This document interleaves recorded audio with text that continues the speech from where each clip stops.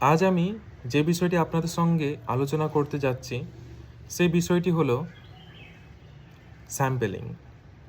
এই স্যাম্পেলিং বিষয়টি জানার আগে আমাদের দুটি টার্মের সাথে অবগত হওয়া খুবই গুরুত্বপূর্ণ। একটি হলো পপুলেশন এবং অন্যটি হলো স্যাম্পেল। এই পপুলেশন এবং স্যাম্পেলের মধ্যে যে প্রক্রিয়াকরণ, এই টার্মটিকে আমরা বলে থাকি স্যাম্পেলিং। এই তিনটি বিষয়কে আমরা একটি উদাহরণের মাধ্যমে বুঝে নেওয়ার চেষ্টা করব। আমরা জানি গঙ্গা নদীর উৎপত্তি সেই ভারতের উত্তর অংশ অর্থাৎ উত্তরাখণ্ড থেকে, এবং সেই গঙ্গা নদী এসে মিশছে কোথায় না পশ্চিমবাংলার বে অফ বেঙ্গলে। এই যে বিস্তীর্ণ পথে গঙ্গা নদী বিভিন্ন অঞ্চল এবং রাজ্য জুড়ে বয়ে চলেছে।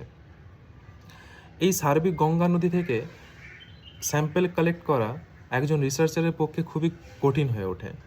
তাই একজন রিসার্চার সার্বিক গঙ্গা নদী থেকে তথ্য সংগ্রহ না করে বা গঙ্গার জলকে পরীক্ষা না করে বিশেষ কিছু অঞ্চলে গিয়ে সে গঙ্গা নদীর জলকে পরীক্ষাকরণ করে দেখার চেষ্টা করছে। অর্থাৎ কলকাতা থেকে, অর্থাৎ উত্তরাখণ্ড থেকে, অর্থাৎ ঝাড়খণ্ড থেকে, অর্থাৎ বিহার থেকে, উত্তরপ্রদেশ থেকে, এই বিভিন্ন অঞ্চলে গিয়ে গঙ্গা নদীর জলকে পরীক্ষাকরণ করছে। এই যে গবেষকের একটি বৃহৎ পপুলেশন বা বৃহৎ গঙ্গা নদীকে নিয়ে কাজ না করে বিশেষ কিছু অঞ্চলে গিয়ে গঙ্গা নদীকে কাজ করার যে উপায়, এটিকে বলা হয় স্যাম্পেল, এবং এই তথ্য সংগ্রহ করার প্রক্রিয়াটিকে বলা হয়ে থাকে স্যাম্পেলিং। আশা করি আমরা বুঝতে পেরেছি যে স্যাম্পেলিং বিষয়টা কি। স্যাম্পেলিং বিষয়টি হলো পপুলেশন থেকে তথ্য সংগ্রহকরণ করার প্রক্রিয়া, যে তথ্য কিনা সার্বিক পপুলেশনকে রিপ্রেজেন্ট করবে, এই রূপ প্রক্রিয়াকে বলা হয়ে থাকে। এই স্যাম্পেলিংয়ের সাথে বিশেষ কিছু টার্মস জড়িত আছে। আগে আমরা আলোচনা করেছি পপুলেশন, তারপর আমরা আলোচনা করেছি স্যাম্পেল, এখন আমরা আলোচনা করব স্যাম্পেল সাইজ। স্যাম্পেল সাইজটা কি? স্যাম্পেল সাইজ হলো যে, আমরা একটি উদাহরণের সাথে বোঝার চেষ্টা করব। ধরুন আমি একজন গবেষক, আমি ঠিক করেছি আমি পশ্চিমবাংলার 100টি স্কুলের সাথে যুক্ত হয়ে কাজ করব। এই 100টি স্কুলকে নিয়ে কাজ করা সম্ভব নয়, তাই আমি 10 জন বা 10টি স্কুলকে বাছাই করে নিলাম। এই 10টি স্কুলকে বাছাই করে নিলাম, এটি হলো আমার স্যাম্পেল সাইজ। অর্থাৎ সংখ্যাটা বিশেষ করে গুরুত্ব প্রদান করা হয় স্যাম্পেল সাইজে। তারপর কি? Sample unit. স্যাম্পেল ইউনিট কি? এই যে আমি 10টি স্কুল বাছাই করে নিলাম, এই 10টি স্কুল বাছাই করে নেওয়াটাই হলো স্যাম্পেল ইউনিট। আমার এখানে স্যাম্পেল ইউনিট হিসেবে কাজ করবে বিদ্যালয়, আমার এখানে স্যাম্পেল ইউনিট হিসেবে কাজ করবে টিচার, আমার এখানে স্যাম্পেল ইউনিট হিসেবে কাজ করবে স্টুডেন্ট। তারপর আসছে কি? Sample frame. স্যাম্পেল ফ্রেম কি? আমি সার্বিক স্যাম্পেল সাইজকে লিস্ট ডাউন করলাম। আমি যে 10টি বিদ্যালয়কে বাছাই করে নিয়েছি, এই 10টি বিদ্যালয়কে আমি লিখে নিলাম, তাদের নাম, তাদের ঠিকানা, তাদের অ্যাড্রেস সমস্ত কিছু লিখে নিলাম। এই পদ্ধতিটিকেই বলা হচ্ছে, বা এই লিস্ট ডাউন করার পদ্ধতিকেই বলা হচ্ছে স্যাম্পেল ফ্রেম। তারপর আসছে কি? Types of sampling. Types of স্যাম্পেলিংয়ের মধ্যে আমরা দুটি টার্ম শুনতে পাই, প্রবাবিলিটি স্যাম্পলিং এবং non probability sampling. Probability sampling হলো যখন একটি স্যাম্পেলের সমসুযোগ থাকবে কি একজন স্যাম্পেল হিসেবে বাছাই হওয়ার। নন প্রবাবিলিটি স্যাম্পলিং কি হলো? একটি স্যাম্পেল এর কোনো সমসুযোগ থাকবে না, সেই স্যাম্পেলটিকে বাছাই করার অধিকার কেবলমাত্র গবেষকের উপরে থাকবে। এটি আমরা একটু উদাহরণের মাধ্যমে বুঝে নেওয়ার চেষ্টা করব। প্রবাবিলিটি স্যাম্পলিং হলো যেখানে আনবায়াস উপায়ে যখন গবেষক কোনো বিশেষ একটি পদ্ধতির মাধ্যমে তথ্য সংগ্রহকরণ করে, অর্থাৎ সেখানে সুযোগ থাকবে প্রত্যেকটি স্যাম্পেলের সিলেক্ট হওয়ার। ঠিক এর বিপরীতে নন প্রবাবিলিটি স্যাম্পেলিংয়ে প্রত্যেকটি স্যাম্পেল সাইজের সুযোগ থাকবে না সিলেক্ট হবার। এই টাইপস অফ স্যাম্পেলিংয়ের বিশেষ কিছু উপায় বা বিশেষ কিছু পদ্ধতি আমরা দেখতে পাই। টাইপস অফ স্যাম্পলিংয়ে প্রবাবিলিটি স্যাম্পলিংয়ের আমরা উপায় হিসাবে দেখতে পাই simple random sampling. Simple random sampling বিষয়টি কি আমরা একটি উদাহরণের মাধ্যমে বুঝে নেব। ধরুন পশ্চিমবাংলার একটি বিদ্যালয়ে স্টুডেন্ট ক্যাপাসিটি আছে 60 জনের, সেখানে ভর্তির অ্যাপ্লিকেশন ফর্ম ফিল আপ করা হয়েছে 200 জনের। এই যে 200 জনকে বাছাই করা হবে যে পদ্ধতির মধ্য দিয়ে, সে পদ্ধতিটি হলো লটারি মেথড বা ফিজবল মেথড। অর্থাৎ লটারির মাধ্যমে যখন বাছাই করে নেওয়া হচ্ছে কোনো স্যাম্পেলকে, এই বাছাইকরণের প্রক্রিয়াটিকে বলা হচ্ছে সিম্পল র্যান্ডম স্যাম্পলিং। তারপর আসছে সিস্টেম্যাটিক স্যাম্পলিং। সিস্টেম্যাটিক স্যাম্পলিং কি? ঠিক এই উদাহরণটিকে নিয়ে আমরা চলব, যেখানে ধরুন 500 জন শিক্ষার্থীরা আছে। 500 জন শিক্ষার্থীরা ক্লাস 5-এ ভর্তি হতে চাইছে। 3টি সেকশন আছে, সেখানে তারা ভর্তি হতে চায়।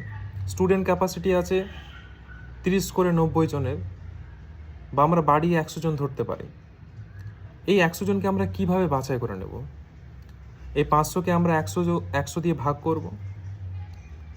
এই 500কে যে আমরা 100 দিয়ে ভাগ করলাম, তখন আমাদের সংখ্যাটা এসে যাচ্ছে 5 জন। অর্থাৎ এখানে ফোকাস করা হয় এভরি কেথ আইটেমের উপরে বা এভরি nth আইটেমের উপরে। এই যে এভরি কেথ আইটেম বাছাই করা হলো, এই বাছাই করার রূপটি কেমন হবে না, প্রথমে যখন 5 জনের উপরে নাম আসবে তাকে আমরা বাছাই করলাম, তারপরে 10 জনের উপরে যার নাম আসবে তাকে বাছাই করলাম, 15 জনের উপরে যার নাম আসবে বা স্থানে যার নাম আসবে তাকে বাছাই করলাম, 20 জনের উপরে বা স্থানে যার নাম আসবে তাকে বাছাই করলাম, 25 জনের উপরে বা স্থানে যার নাম আসবে তাকে বাছাই করলাম। এইভাবে 500 পর্যন্ত চলবে। এইভাবে আমরা 100 জন স্টুডেন্টকে বাছাই করে নেব। এই পদ্ধতিটিকে বলা হচ্ছে সিস্টেম্যাটিক স্যাম্পলিং। তারপর কি আসছে? Stratified random sampling. Stratified sampling কি?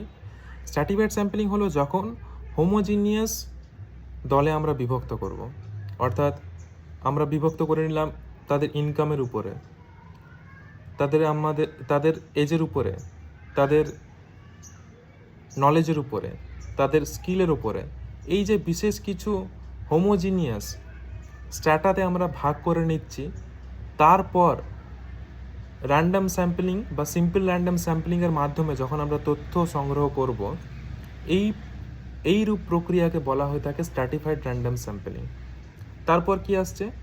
Cluster sampling. ক্লাস্টার স্যাম্পলিংয়ের খুব একটি সহজ উদাহরণের মাধ্যমে আমরা বুঝে নেওয়ার চেষ্টা করব।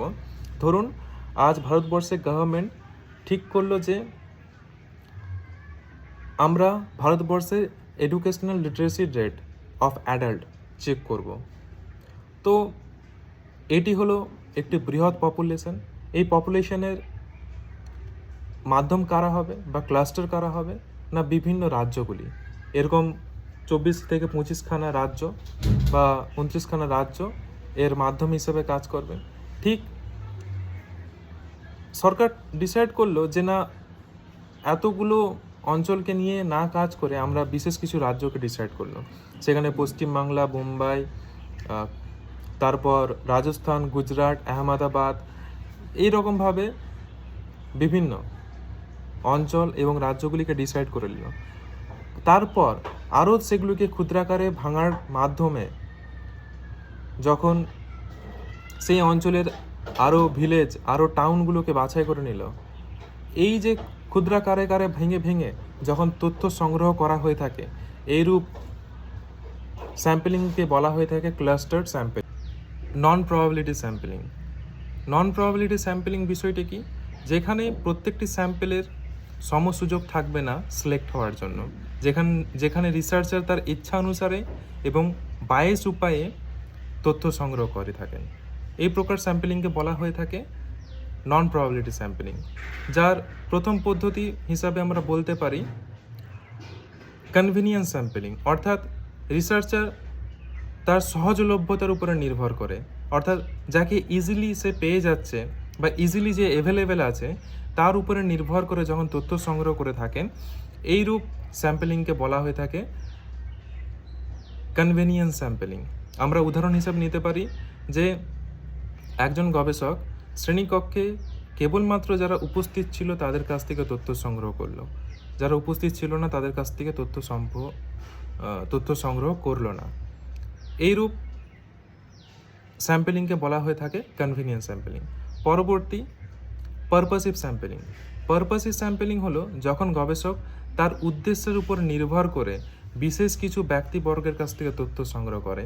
অর্থাৎ একজন গবেষক ওনার রিসার্চের বিষয় আছে ইনক্লুসিভ এডুকেশন, তিনি ওভারঅল বা নর্মাল এডুকেটরের কাছে গিয়ে তথ্য সংগ্রহ করবেন না, তিনি একজন স্পেশাল এডুকেটর বা একজন ইনক্লুসিভ টিচারের কাছ থেকে গিয়েই তথ্য সংগ্রহ করবেন, বা একজন ডিসেবিলিটি সম্পর্কে যার দক্ষতা আছে সেইরূপ শিক্ষকের কাছ থেকে তথ্য সংগ্রহ করবেন। এইরূপ স্যাম্পেলিংকে বলা হয়ে থাকে পারপাসিভ স্যাম্পেলিং। তারপর আসছে কোটা স্যাম্পেলিং। কোটা স্যাম্পেলিং কি? গবেষক একটি নির্দিষ্ট নাম্বার প্রথমতই তার মস্তিষ্কে রেখেছে। অর্থাৎ আমি 50 জন ছেলেকে আমার স্যাম্পেল সাইজ হিসাবে নিব, আমি 50 জন মেয়েকে আমার স্যাম্পেল সাইজ হিসাবে নেব। অর্থাৎ এই প্রকার স্যাম্পেলিং ঠিক স্ট্র্যাটিফাইড স্যাম্পেলিংয়ের বিপরীত হিসেবে কাজ করে, যেখানে গবেষক স্ট্র্যাটাতে ভাগ করেন, কিন্তু তিনি সিম্পল র্যান্ডম স্যাম্পেলিংয়ের পরিবর্তে নিজস্ব ইচ্ছা এবং উদ্দেশ্যের উপর নির্ভর করে তথ্য সংগ্রহ করে থাকেন। এইরূপ স্যাম্পেলিংকে বলা হয়ে থাকে কোটা স্যাম্পেলিং। তারপর আসছে স্নোবল স্যাম্পেলিং। স্নোবল স্যাম্পেলিং কি? স্নোবল স্যাম্পেলিং হলো একটি চেন সিস্টেমে গড়ে উঠবে।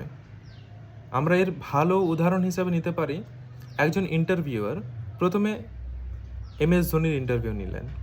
MS ধোনির ইন্টারভিউ নেওয়ার সময় বা তার পরবর্তী ক্ষণে তিনি MS ধোনিকে বললেন যে আপনার সাথে বিরাট কোহলির ভালো পরিচিত, আপনি ওনার কন্ট্যাক্ট নাম্বারটা দিন, আমি ওনার সাথে পরিচয় করে ওনার সাথে ইন্টারভিউ করতে চাই। ঠিক তারপরে তিনি বিরাট কোহলির ইন্টারভিউ নিলেন। বিরাট কোহলি ইন্টারভিউ নেওয়ার পরে তিনি বললেন আমি রোহিত শর্মার ইন্টারভিউ নিতে চাই, আপনি যদি কন্ট্যাক্ট নাম্বারটা দিতেন এবং ওনার সাথে কথা বলে দিতেন তাহলে ভালো হতো। ঠিক তারপরে তিনি রোহিত শর্মার ইন্টারভিউ নিলেন। রোহিত শর্মার সাথেও সে একই রকম উপায়ে তিনি তিলক বর্মার কন্ট্যাক্ট নিয়ে তিলক বর্মার সাথে ইন্টারভিউ করলেন। এইভাবে যে চেন সিস্টেমে যখন তথ্য সংগ্রহ করা হয়ে থাকে, এইরূপ স্যাম্পেলিংকে বলা হয় স্নোবল স্যাম্পেলিং। আমি স্যাম্পেলিং সম্পর্কে বিশেষ তথ্যগুলি আপনাদের কাছে তুলে ধরলাম। আপনারা আশা করি এই বিষয়টি বুঝতে পেরেছেন, তার জন্য আপনাদেরকে অসংখ্য ধন্যবাদ জানাই।